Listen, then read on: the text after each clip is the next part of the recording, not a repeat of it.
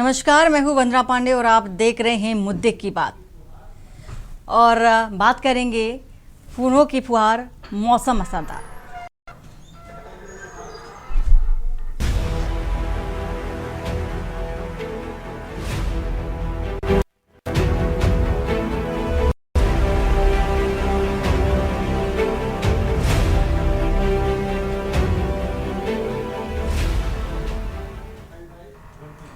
तो बात कर रहे हैं बूंदों की फुहार असरदार। उत्तर प्रदेश में इन दिनों बारिश का सिलसिला लगातार जारी है। मौसम एक बार फिर करवट ले रहा है। यहाँ कभी बारिश तो कभी गर्मी बढ़ रही है। और इस बीच मौसम विभाग ने यूपी के 44 जिलों में आंधी और बारिश का ऑरेंज अलर्ट जारी कर दिया है। मौसम विभाग के अनुसार आज प्रदेश के पश्चिमी और पूर्वी हिस्सों में तेज आंधी, चमक और बारिश की पूरी संभावना है।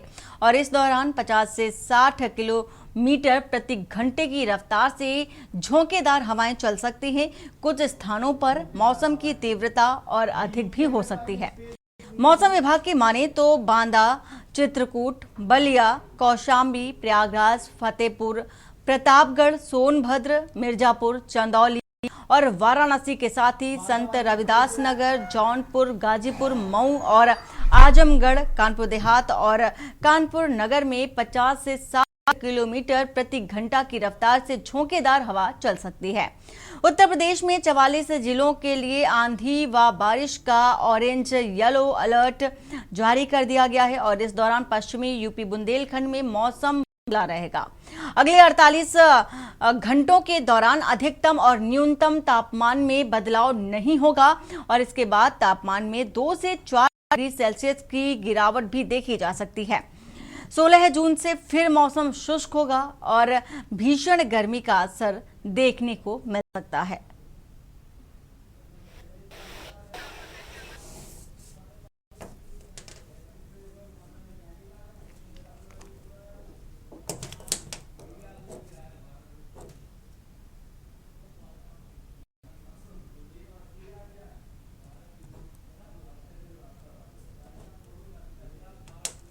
और हमारे साथ इसी खबर को लेकर के जगह जगह संवाददाता भी जुड़े हुए हैं और साथ ही मौसम वैज्ञानिक भी हमारे साथ जुड़ चुके हैं। अक्षय श्रीवास्तव संवाददाता लखीमपुर से हमारे साथ जुड़ चुके हैं। इसी के साथ ही दीपक गुप्ता संवाददाता सीतापुर से हैं हमारे साथ। कुलदीप अवस्थी संवाददाता झांसी से हमारे साथ जुड़ चुके हैं। साथ ही डॉक्टर एस.एन. पांडे मौसम वैज्ञानिक भी हमारे साथ जुड़ चुके हैं। बहुत स्वागत है सर आपका के न्यूज़ पर। सबसे पहले अक्षय श्रीवास्तव आपसे जानना चाहेंगे, जिस तरह से देखा जा रहा है कि मौसम में लगातार उतार चढ़ाव देखा जा रहा है, कभी बारिश हो रही है, कभी तेज हवाएं चल रही हैं और कभी भीषण गर्मी भी पड़ रही है, तो इसका जो असर है वो क्या देखने को मिल रहा है इस समय लखीमपुर में? जी वंदना, मैं आपको बता दूं, लखीमपुर खीरी में क्योंकि बहुत भीषण गर्मी थी, नौतपा चल रहा था। उसके बाद जब बूंदाबांदी हुई, आज सुबह से मूसलाधार बारिश हुई और तेज हवाएं चली। वहीं लखीमपुर खीरी में येलो अलर्ट जारी भी किया गया है। वहीं कुछ क्षेत्र, क्योंकि लखीमपुर क्षेत्र बाढ़ क्षेत्र में भी आता है, तो शारदा है, घाघरा है, नदियों में पानी बढ़ा है, तो वहां के अधिकारी और तहसील स्तर के अधिकारी, ब्लॉक स्तर के अधिकारी वहां जाकर निरीक्षण भी कर रहे हैं और दिशा निर्देश भी दे रहे हैं और बचाव कार्य में शासन प्रशासन लगा हुआ होगी।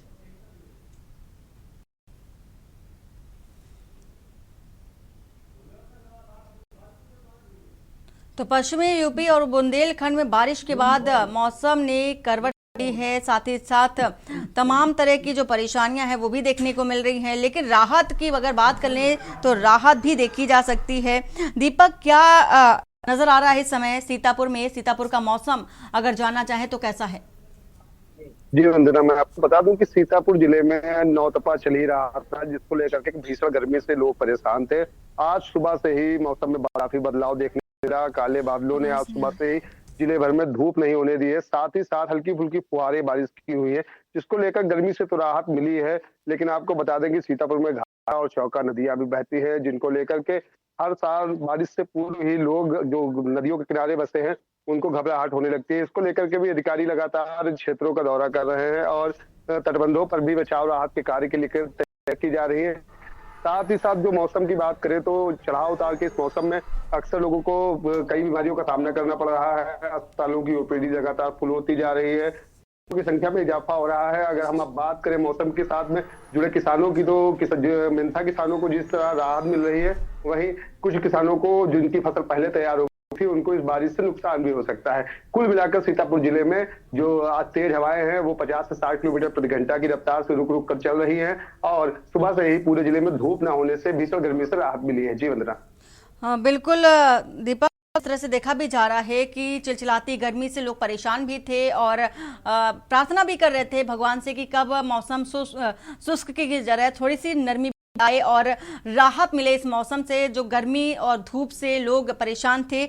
हमारे साथ कानपुर से सारिका भी जुड़ चुकी हैं। सारिका, जिस तरह से देखा जाता है कानपुर का आलम तो सबसे ही नजर आता है, बारिश होती है, तरह तरह के जो तस्वीरें होती वो निकल कर आती हैं सामने, लेकिन गड्ढों की अगर बात कर ले तो जैसे ही बारिश शुरू हो जाती है जल भराव की स्थिति देखी जाती है, गड्ढों की स्थिति देखी जाती है, तमाम तरह के हादसे भी जिसके चलते देखे जाते हैं। अगर इस समय बात करें तो क्या कुछ नजर आ रहा है कानपुर में?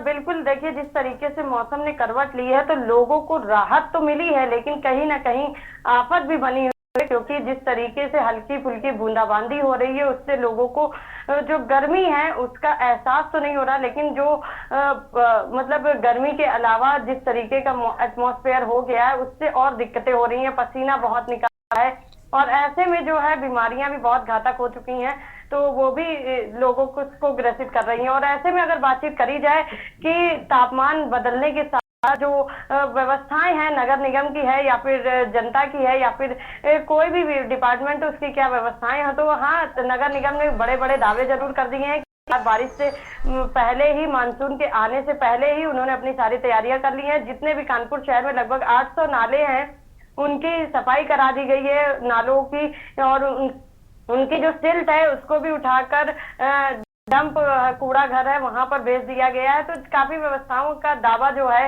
नगर निगम ने किया है। और मानसून क्योंकि अब इस बार आने ही वाला है और क्योंकि पूरी तरीके से खत्म नहीं हुआ है, लेकिन अभी से मानसून ने दस्तक दे दी है तो लोगों को राहत तो मिली है और कहीं ना कहीं जो गर्मी है उसका एहसास हो रहा है। सुबह से कानपुर शहर में भी हवाएं चल रही हैं, बूंदाबांदी भी हुई है और उसके साथ साथ जो भारी बारिश होनी चाहिए वो अभी यहाँ पर नहीं हुई है कानपुर शहर में, लेकिन लोगों को कहीं ना कहीं जो भीषण गर्मी है, जैसे ही सूरज चढ़ता था उसके बाद लोग घरों में चिपक जाते थे, तो ये स्थिति नहीं देखने को मिल रही है क्योंकि बादल जो है आ रहे हैं जा रहे हैं, जिसके कारण धूप का जो प्रकोप है वो कम हो चुका है। लोग घरों से बाहर निकल रहे हैं, अपने काम कर रहे हैं।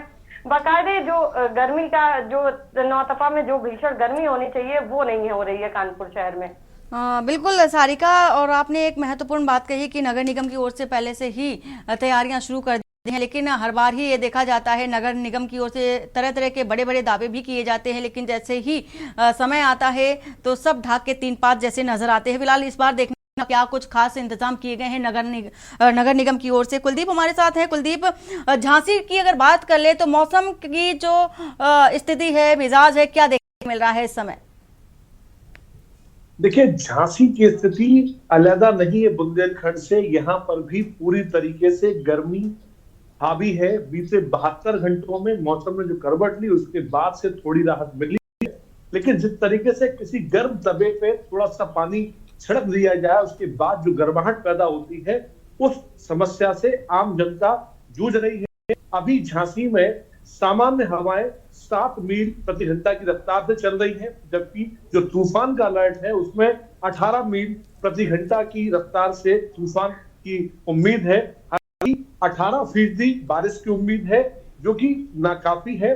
इसके अलावा जो अलग अलग जो झांसी ऑरेंज जोन में आ गया है उसकी वजह से भी लोग परेशान हैं। सबसे बड़ी बात यह है कि बीते 72 घंटों में झांसी का न्यूनतम तापमान 28 से 30 डिग्री सेल्सियस रहा, जबकि अधिकतम तापमान 38 to 40 रहा। तो कुल मिला के गर्माहट अभी भी है, लेकिन अब जो उमस की स्थिति बढ़ गई है उसकी वजह से आम जनता परेशान है। इस वजह से जो स्वास्थ्य की जो दिक्कतें हैं वो सामने आ रही हैं। सर्दी, खांसी, जुकाम जैसे जो मामले हैं लगातार बढ़ते जा रहे हैं। झांसी जिला चिकित्सालय के अंदर तकरीबन 1000 की ओपीडी चल रही है। झांसी मेडिकल कॉलेज में तकरीबन 2800 मरीज पहुंच रहे हैं प्रतिदिन के हिसाब से। तो इन मरीजों में सबसे अधिक जो संख्या है वो खांसी और जुकाम बुखार वाली है। इसमें जो छोटे वाले बच्चे हैं और वृद्ध व्यक्ति हैं, इनको दिक्कत ज्यादा हो रही, चूंकि ये मौसम अनुकूल नहीं है। और ऐसी स्थिति, ऐसे हालात में चूंकि ये जो मौसम होता है वो कीड़ों के लिए, मच्छरों के काफी मुफीद होता है उनके पनपने के लिए। तो वो चूंकि हल्की सी सर्दी भी है सुबह के वक्त, हल्के, और दिन में काफी गर्मी भी है, तो ये मौसम बिल्कुल अनुकूल है कीड़े पतंगे और मच्छरों के लिए। उनके बढ़ जाने की वजह से ये जो आम जनता वो इफेक्ट हो रही है और उसी की वजह से ओपीडी भी बढ़ रही है। अब बात करते हैं यहाँ पर नगर निगम की। तो नगर निगम की तरफ से जो यहाँ पर व्यवस्थाएं की गई है, जो यहाँ बड़े नाले हैं वहां पर लगातार काम चल रहा है। छोटे नालों में जो नगर निगम के कर्मचारी हैं वो उतरकर काम कर रहे हैं। तो बारिश के पहले की जो स्थिति है, जो कि बाद में भयावह हो सकती है। हालांकि झांसी काफी हाइट पर आता है, झांसी काफी ऊंचाई पर आता है, इस वजह से यहाँ पर जल की समस्या 10 से 20% ही रहती है।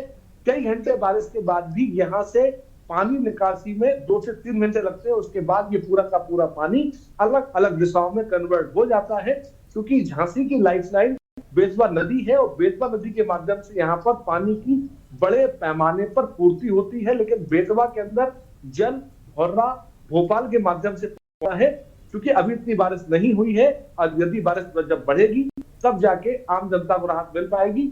वर्तमान स्थिति उमस की वजह से आम जनता परेशान है और उस उमस से निजात पाना चाहती है। हालांकि एक राहत वाली बात यह भी है कि बीते 9 दिनों में जो 9 तपा खत्म हुआ है, इस दरमियान बारिश ने दस्तक तो दी, लेकिन बारिश इतने पैमाने पर नहीं हुई जिसकी वजह से 9 तपा खंडित हो जाए। क्योंकि ये एक बुंदेलखंड में पुरानी धारणा मानी जाती है कि जिस वक्त 9 तपा होता है, यदि उस वक्त पानी गिर जाए, बारिश हो जाए, तो उससे 9 तपा खंडित हो जाता है। धरती प्रॉपर गर्म नहीं हो पाती और उसके बाद जो बनने वाले बादल है वो प्रॉपर नहीं बन पाते, और यही दिक्कत आ रही है। इसमें सबसे बड़ी बात वंदना जो सामने आ रही है, जिसके लिए हम स्वयं जिम्मेदार है, कि प्रदूषण का पैमाना है लगातार बढ़ता जा रहा है। सीमेंट के जंगल के समान पूरे मकानात खड़े होते जा रहे हैं। जहां पर पहले गड्ढे थे वहां पर लोगों ने बिल्डिंगें खड़ी कर ली है, जहां पर पहाड़ उनको काट के उनसे पत्थर निकाले जा रहे हैं।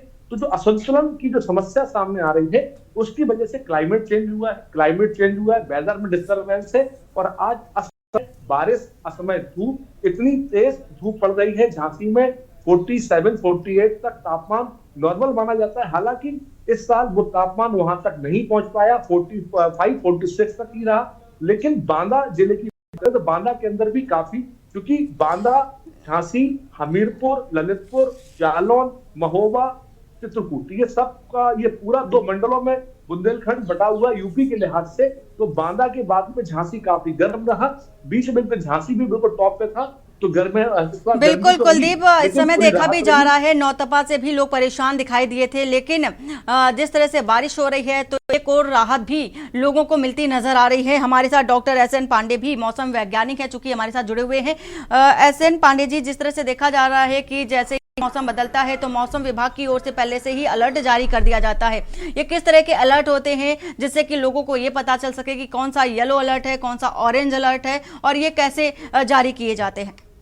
देखिए, जो हमारा भारत मौसम विज्ञान है वो अपने ये 3 कलर के जो हम लोग मानते हैं, तो उसमें ऑरेंज अलर्ट होता है, रेड अलर्ट होता है। ये अलर्ट जितने भी तेजी, जैसे मौसम हमारा बदल रहा है तेजी से, अगर हवाओं की गति 60-70 किलोमीटर पर आवर है और थंडर स्टॉर्म होने की संभावना है, तो ये अलर्ट इन्हीं आधार पर जारी किए जाते हैं। तो जो हमारा ऑरेंज अलर्ट है उसमें हवाओं की गति 25 से 30 किलोमीटर तक की हो सकती है, बादल भी बने रह सकते हैं और बूंदाबांदी और बारिश। लेकिन एक बात आपको मैं बताता हूं कि अब जो गर्मी है, पहले कभी हम जो तापमान होते थे, तापमान पे आधार पे गर्मी निर्धारित करते थे, लेकिन जिस तरह से क्लाइमेट चेंज हो रहा है तो अब हमारा भारत मौसम विज्ञान, जो हमारी ह्यूमिडिटी होती है, रिलेटिव ह्यूमिडिटी और दोनों तापमान, दोनों का कॉम्बिनेशन करके हम बताते हैं कि गर्मी की फीलिंग क्या है।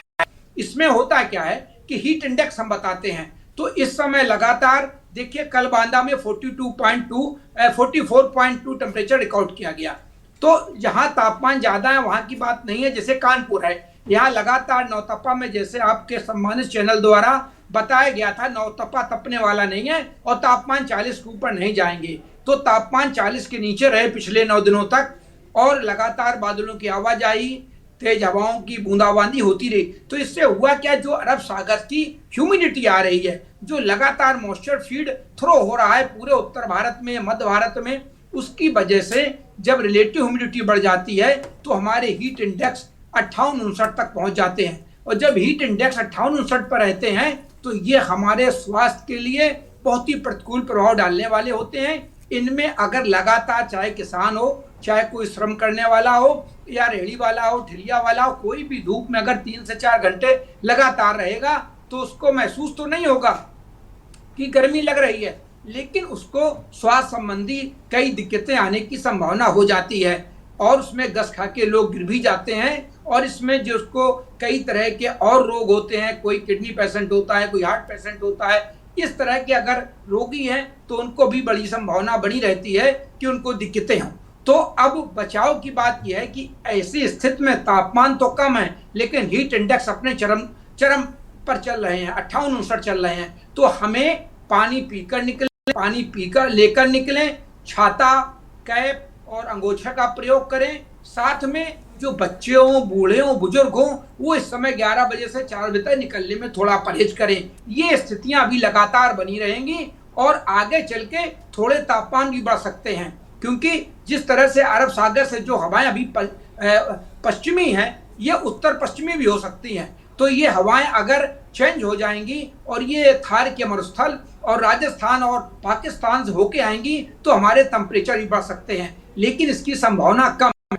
फिर भी जो रिलेटिव ह्यूमिडिटी है बढ़ी हुई है, हमारे स्वास्थ्य के लिए तापमान अच्छे नहीं है और निश्चित रूप से हमें इसका बचाव करना चाहिए और बहुत ही परहेज बरतना चाहिए, चाहे बाहर निकलने में हो या काम करने में हो। ये स्थितियां अभी बनी रहेंगी। और जहां तक मानसून का सवाल है तो देखिए, मानसून अभी बंगाल और बिहार की सीमा पर बालू घाट पर रुका हुआ है और इधर महाराष्ट्र में मुंबई पर दोनों किनारे होते हैं। एक हमारा पूर्वी किनारा होता है, एक पश्चिमी किनारा होता है। तो इन 29 तारीख से मानसून अभी बढ़ा नहीं है, क्योंकि अरब सागर की जो हवाएं हमारे मानसून को पीछे कर रही हैं, दोनों में कसमस चल रही है। लेकिन ये 10-11 के बाद एक नया लो प्रेशर बंगाल की खाड़ी में बनेगा, वो फिर मानसून को आगे बढ़ा के ले आएगा और इन हवाओं की गति थोड़ी कम होती जाएगी। ऐसा होता है, ये कोई ऐसी बात की चिंताजनक बात हो। और जहां तक कानपुर और उत्तर प्रदेश का मामला है तो यहाँ मानसून हमेशा 25-26 के बाद प्रवेश करता है उत्तर प्रदेश में और 30 जून तक